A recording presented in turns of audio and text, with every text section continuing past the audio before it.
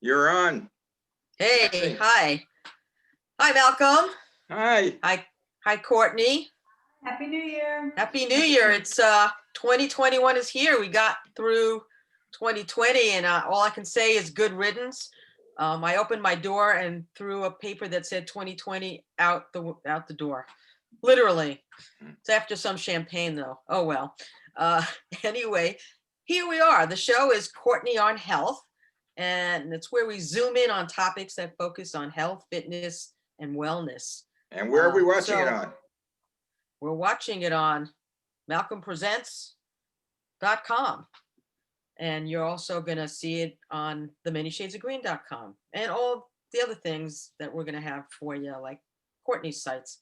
But anyway, so we're still in COVID times, right? It's not over yet. So what we eat to build our immunity is important.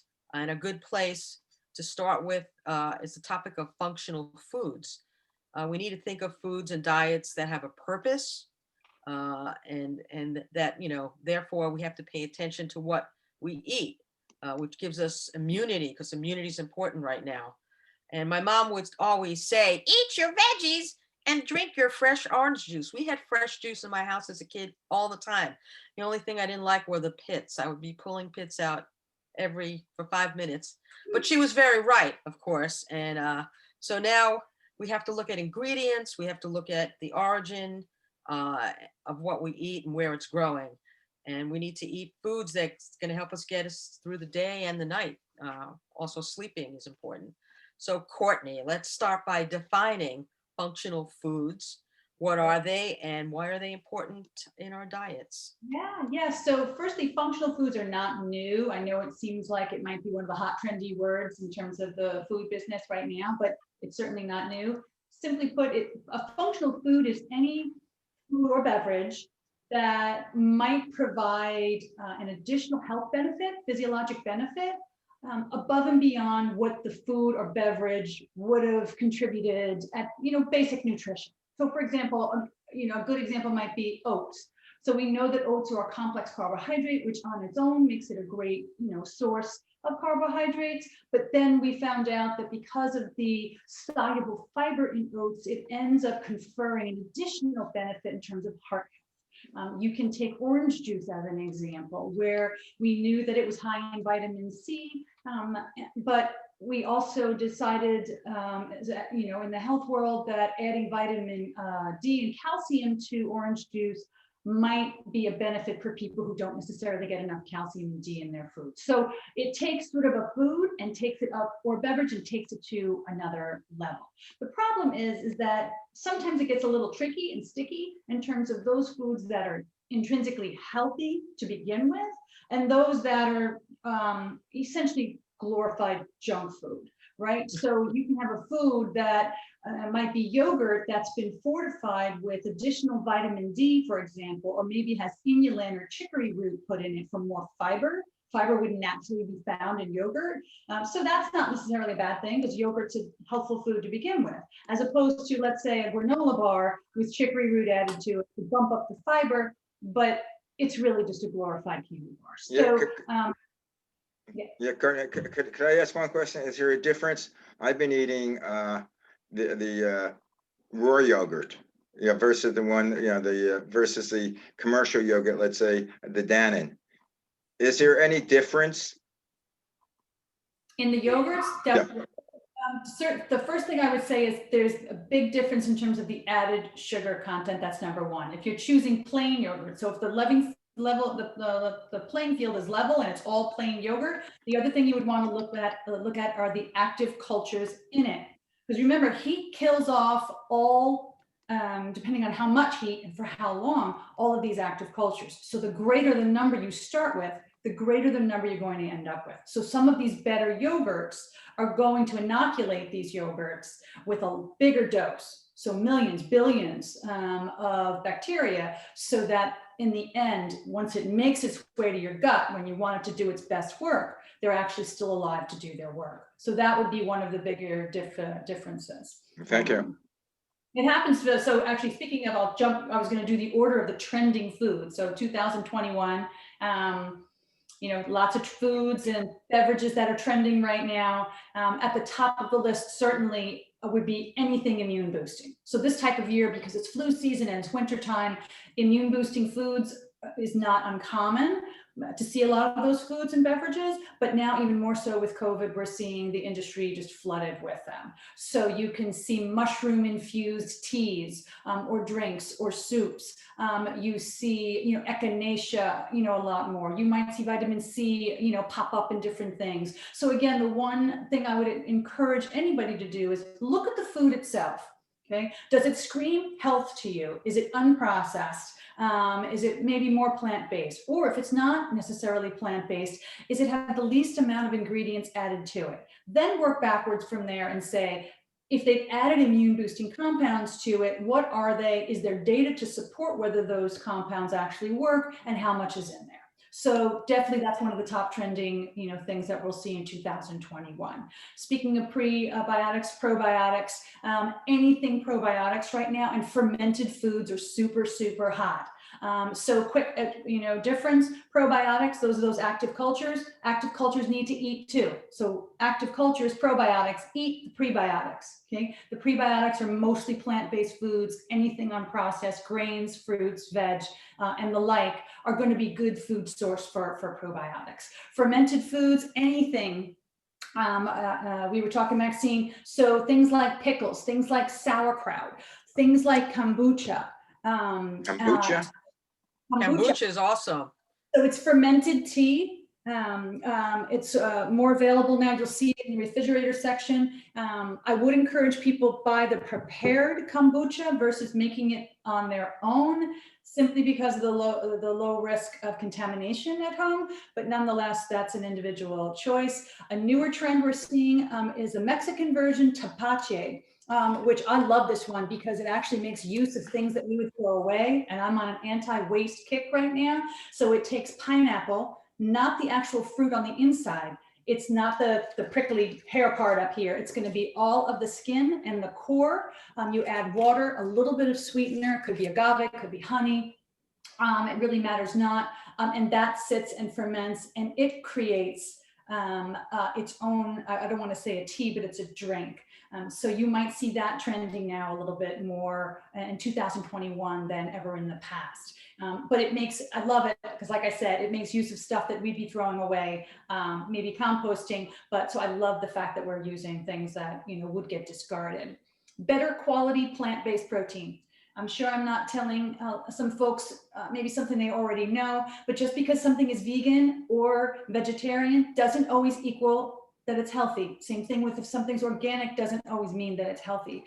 And I think that the manufacturers are getting smart now and they're seeing the consumers are saying, you know what, that's great that it's, vegan, soup or, vegan burgers, but look at the ingredient list. There's a bunch of stuff in there that I can't even recognize. So consumers are saying, I want more, I want it to be, I don't want to use the word clean because it means too much, but I want it simple. And I want my foods to be as unprocessed as possible. So this is just one, example. There are many out there, but this is a tempeh block. If you look at the ingredient list on here, there's 3 things in here. It's fermented, soy foods. There's some grain in here. There's some water. There's some salt. Done. No fuss, no muss. Easy. Well, Courtney, what about if you go, I'm going to go on this one. What about if you go to a fast food place? And a lot of places now have the Impossible Burger, but you don't know what's in the Impossible Burger. Can you ask? Do they give you that information? Do you know of what's in it? They could and they should if they're trying to be good business people. And if they won't tell you, you simply go online, and this is where Dr. Google comes in, and it's available, for you. It has to be made available if for no other reason, because people need to know for allergy-based what's in there. So even if there is some kind of soy derivative in there, well, some people are allergic to soy, so that automatically takes that off of the table for them. So you should know. That's a great example. That's a trend again that we're seeing in 2021, is that more of these companies are making an effort to minimize the amount of processed stuff that's in plant-based foods to make it more of an option, and certainly a better option for people who are trying to eat more plant-based. Pea protein, huge. I actually encourage it, in general, pea protein. This happens to be pea protein milk. So if you're not familiar with it, I know your face, Maxine, is absolutely fabulous. And normally when I'm teaching a class, I have to be perfectly frank. That's the face I get. It's the scrunched up like, no way. Just the name of it, pea. Oh, go ahead. I assure you it's not green. However, it is high in protein. It is about the equivalent of dairy milk in terms of protein content and nutrition. So I have to say, with the exception of soy, and soy has its own issues in terms of how we produce the milk from soy food products. After soy, all the other milks pale in comparison in terms of nutrition and protein content. Pea protein, so not only in milk form, but you'll start seeing it more in yogurts. You'll start seeing it in like burger patties and things like that. It's great because, like I said, the protein content's super high, but from, an ecology, environment impact, low carbon footprint, and I know we'll talk another episode about that, but it's really something that, a lot more people are looking at for a variety of reasons, not just health, but from an environmental perspective as well. Well, what I get turned off on is, you see something supposed to be natural or it has good ingredients, and you look at the ingredients, and there's so much damn sugar in it. It's like Yeah. Some form of sugar is, like number one or number two ingredient, and Absolutely.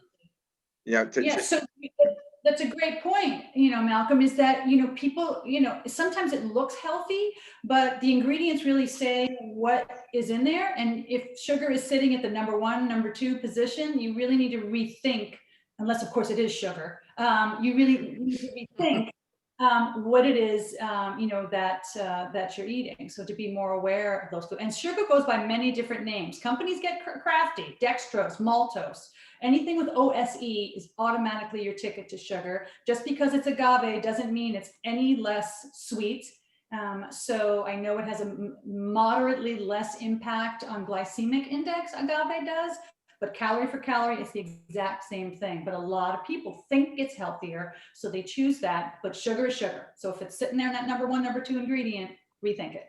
yeah, It's also, sodium is also an issue.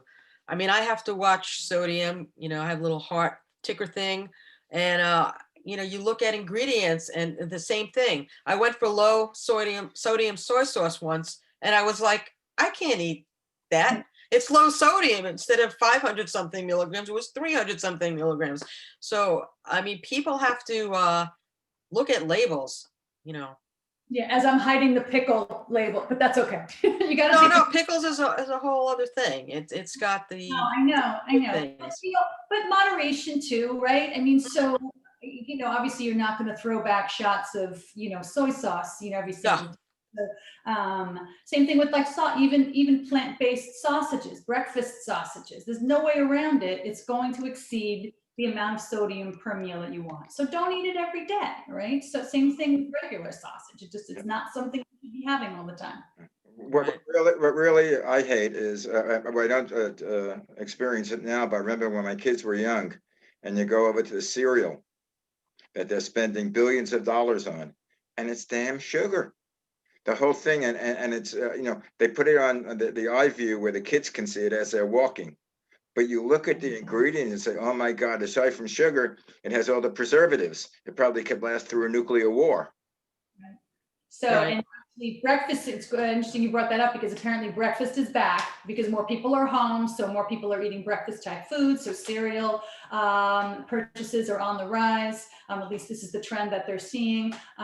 So there are better options. Good old Cheerio-like cereal has always been around. It's tried and true, but there are a lot more grain-free options out there if people are looking to move away. Once again, here's our pea protein. They're pea protein based. So there are options. You do have to look at the sugar from all sources, whether it's from, like I said, agave, stevia. Some people don't do well with some of the sugar alternatives. So you want to make sure you're aware of what's making you sweet. Also, what a big issue, at least in the last couple of years, has been the glyphosate, which is in products of cereals and oats, and that's the stuff that they use to kill like insects and things, and it's winding up in your food. It's in Roundup, which is what people spray to get rid of weeds, you know, and it's in your food. And it's outrageous that, you know, some countries have stopped it. You know, I think France and England, but we have not yet here in the US. So yeah, no fun. But anyway, so is I take local is a good way to go. And how and in choosing, you know, where to get your food, what do you suggest is the best tiered way of doing it? I mean, there's groceries, and then, you know, what's the best way to know that you're eating, getting good stuff? Well, I think, I mean, local, I think certainly helps in terms of environmental impact because we're not using as much fuel to get it from some other part of the world to getting it to us. It helps local farmers, which is all good, but we also need to be realistic in that we, at least, you know, we're not getting, at least in the Northeast, much in the way of produce in the middle of January, you know, at any time of year. So I think if everybody does talk about, I'm always about small goals. You guys heard me talk about SMART goals last week. If we all make a small effort, small steps, it makes a big difference in aggregate. So if possible, you know, when in season, you know, we talked about this a couple of weeks ago, buying stuff when it is in season and local and freezing it when you can. But I also have to be in the back of my head, Maxine and Malcolm, I've worked with a lot of lower socioeconomic groups, and I have to be very mindful of the cost that at least currently is attached to eating just locally grown, organic, everything that there has to be this balance between what's going to be good for the environment and what's affordable and realistic for people. And if we present a package to people in terms of eat this way, and it drives up their grocery bill, if they're going to be just, I don't hear a single word you say. So I think that's important to make sure that whatever message goes out, it's realistic, it's reasonable, and it's a cost-effective approach for everybody. So maybe that means, okay, initially try to, you know, just to try to buy, you know, locally grown produce when you can, or try and buy maybe organic milk when you can, and then make it stepwise like that. Otherwise, at least at this point, it becomes, you know, cost prohibitive. Yeah, especially now. Courtney, Max, we've reached our 15 minutes, so let's wind this up. We're going to wind this up. Wind it up.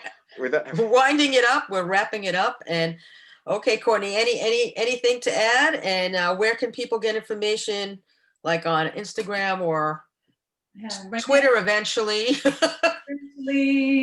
Facebook eventually. So right now, CLG Wellness on Instagram is where you can find me. I post all sorts of information. And for a little quick tip, last tip before we leave about these are, and I know we mentioned sugar, there are available, just check the shelves for parents trying to do lunchbox now that kids are hopefully back in school again. There are many completely sugar-free, just fresh fruit, dehydrated fruit. That's a great lunchbox snack. Again, another one of those foods that's trending right now. It's a great option, and there's no added sugar, so definitely take a look for it. Okay, sounds good. We'll also talk about meal kits on a future show. That's also trending, right? Yeah. So we'll do that. We'll do that next time. Great. So thanks for watching, everyone. Okay, and just eat well. Stay well, everyone. And next week, we look forward to another Courtney on Health on malcolmpresents.com and The Many Shades of Green. The Many Shades of Green. Okay. Have a good week.